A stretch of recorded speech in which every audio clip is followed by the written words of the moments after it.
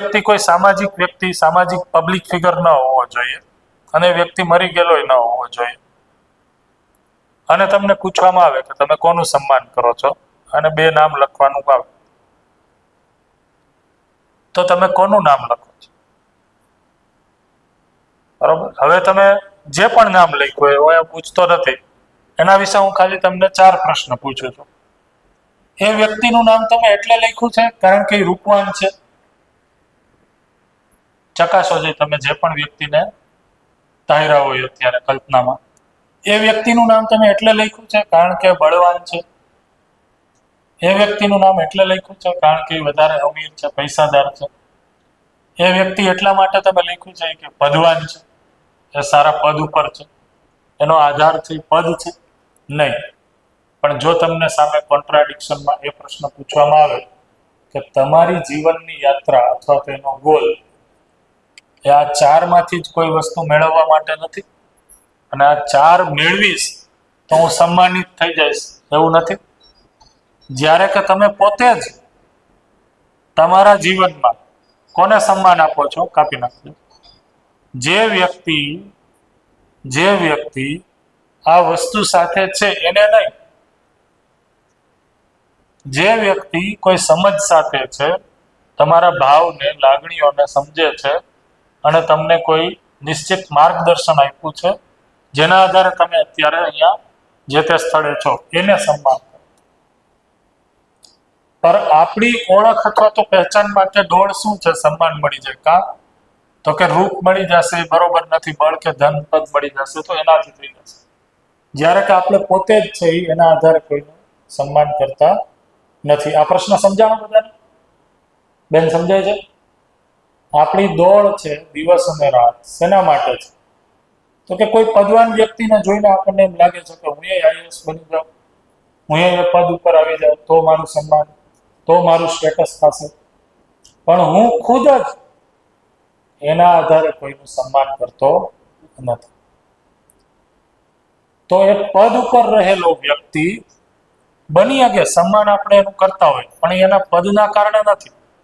એ પદ ઉપર હોવા છતાંય એ જે સમજ સાથે છે, જેનું ચેતનાનું સ્તર છે, એના કારણે હું સન્માન કરું. તો સોરી, થોડુંક લાંબુ હું લઉં છું અત્યારે. મેં કીધું હતું એમ કે રૂપ, બળ, ધન અને પદ આ કોઈ પ્રોબ્લેમ નથી. આ માણસના જે 5 ઐશ્વર્યો છે એ કોઈ પ્રોબ્લેમ નથી. એ ચરિતાર્થ ક્યારે થાય છે? તો કે રૂપવાન વ્યક્તિ, વાન એટલે તો કે એનું ધારણ કરનાર. તો રૂપને ધારણ કરનાર વ્યક્તિ ચરિત્રપૂર્વક છે એ જીવવાથી ચરિતાર્થ થાય છે, સફળ થાય છે. બળવાન વ્યક્તિ દયાપૂર્વક છે એ જીવવાથી ચરિતાર્થ થાય છે. ધનવાન વ્યક્તિ ઉદારતાપૂર્વક જીવવાથી 10,000 આપી દે. એ જ વિચારતા હતા. નહીતર મને બરોબર, મને એમ લાગ્યું કે હું સાચું જાણી શકું છું, તો એમાં હું ખોટો છું. પદવાન વ્યક્તિ તો કે પદવાન વ્યક્તિ છે એ પદને અનુરૂપ ન્યાય ડિલિવર કરવાથી ચરિતાર્થ થાય છે. બરોબર. અને છેલ્લું છે 5 ઐશ્વર્યમાંથી છેલ્લું કયું છે? બુદ્ધિ. તો બુદ્ધિવાન વ્યક્તિ સમજપૂર્વક, બુદ્ધિપૂર્વક જીવવાથી અને એની પ્રેરણા આપવાથી ચરિતાર્થ થાય છે. જનરલી બુદ્ધિવાન વ્યક્તિ છે એની પાસે બીજો કોઈ ઓપ્શન નથી, એ એને રેપ્લિકેટ જ કરશે. બરોબર. કારણ કે એ એટલો ઉત્સવિત હોય છે એ સમજથી કે એની એ વહેંચણી જ કરશે. રાઈટ. તો ઘડિયાળ વાળો વ્યક્તિ ઘડિયાળ વેચી શકે ક્યારે? જ્યારે અહીંયા સુધી હોય ત્યારે. નહીતર એને એ આઈડિયા જ નહીં આવે. બરોબર. તો આ 5 ઐશ્વર્ય જ્યારે મેં લખ્યું હતું ત્યારે કીધું હતું કે આ કોઈ નેગેટિવ વસ્તુ નથી. આ વસ્તુ તમારી અંદર જો સમજ છે તો એ સમજને ડિલિવર કરવા માટે સહાયક છે. આ સમજાય છે?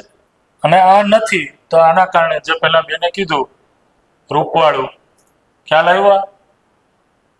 તો જ્યારે આ નથી તો ખાલી આના કારણે વ્યક્તિ વિશેષતામાં, ભેદભાવમાં, ઈર્ષા દ્વેષમાં, પ્રોબ્લેમમાં, સમસ્યામાં જે અત્યારે છે, રાઈટ? એના કારણે સમાજને પ્રોબ્લેમ છે. તો કેવું રહ્યું અહીંયા સુધી ચર્ચા કરી? બરોબર છે? સન્માન સમજાય છે? સન્માન એટલે શું એ સમજાય છે? તો પરિવારમાં સન્માનનો આધાર સમજાય છે? સન્માનને